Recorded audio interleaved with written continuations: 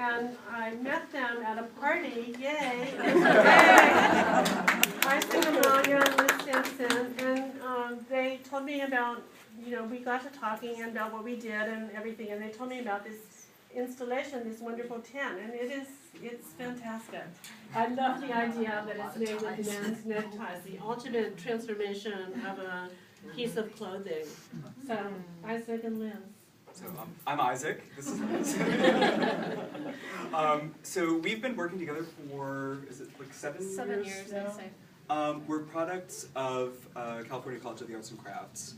We both went through there about 10 years ago now, and we've been longtime friends. We were friends before we went to school. But we were both really products of different departments, but where we had some overlap, besides just friends in common, is that we were both in their textiles department. They have a really lovely textiles program there. And even though things would sometimes be rough in our own departments, I was focusing on painting, and I hated paint. I hated photography. And she was a photographer. But the interesting thing about kind of being at odds with a material that you're working with is I think that it forces you to see kind of really what you love about that process and can take away to other areas of making in other areas of your life. And so we sort of slowly started to work together on projects over the years and fell into working with textiles and doing absurdly large structures with absurd materials. And what do you think? So one of the art pieces, I think, is that whenever we get in front of people and have to kind of like figure out how we talk together about something. So what do you think makes working with this object so interesting? Oh goodness, there's so many places that we could kind of tangent off on that question, but I mean, one of the places is the stories in the ties. Each tie, I feel like, has its own secret story that we'll never really know, but we all in this room have our own stories that we put on different ties, and it just makes it so dense. So that density that we project on the ties, I think, is really amazing, and then the hidden qualities as well, I think, is really evocative. They're just the color, the texture, everything. But the other thing that I think is fascinating is most of them are really ugly, incredibly ugly, really bad.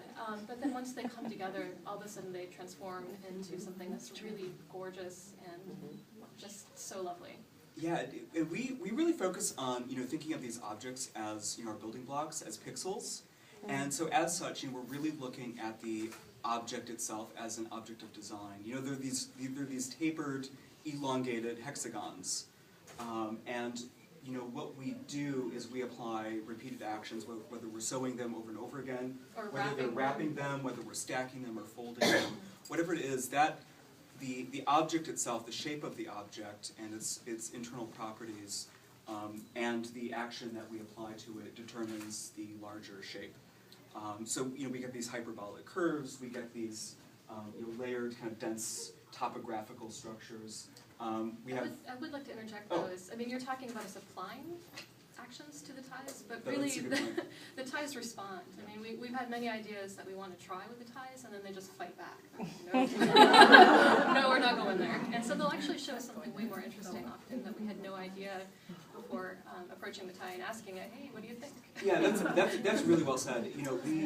I think we really try and get the objects that we work with to say something that they're not used to saying. And I think one of the interesting things about a necktie, just as an object, besides all the social schmerz that gets put on top of it with conservatism or people feeling there's nostalgia too. Right, it's there's not all some nostalgia. Negative. But I think one of the interesting things about that is it is this very sort of abstract and improbable shape, and I think it's the kind of thing that you look at if you were to sort of remove it from a human being, that you wouldn't necessarily immediately know that was something that was made for a human being. And I think that's a really sort of interesting thing to find within a textile, just in general. And that's what's made it, I think, really interesting to work with. There are all these social and socio-historical layers on top of it. There are layers of gender that are put on top of it.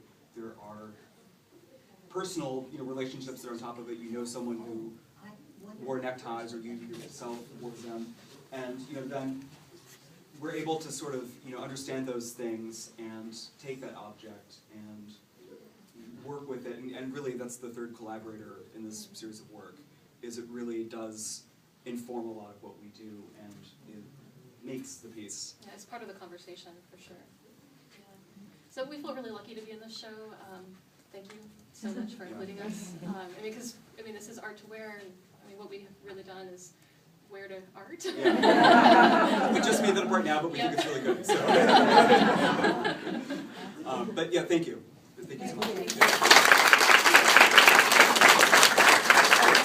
We also, I will plug one more thing. We're really lucky to start this year off with having two really big shows happening in the Bay Area. So if you make it up to Oakland on 26th Street between Telegraph and Broadway, we're also in a, well, we're not in a show, we have the show, that's up until the end of February.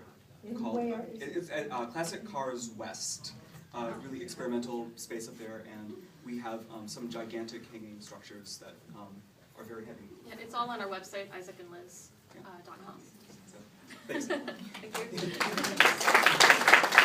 I want to point out their beautiful mandala forms made of ties too. They're just exquisite. So anyway, before we go into the hall, we do have another exhibit. But this is, maybe some of you want to get a drink.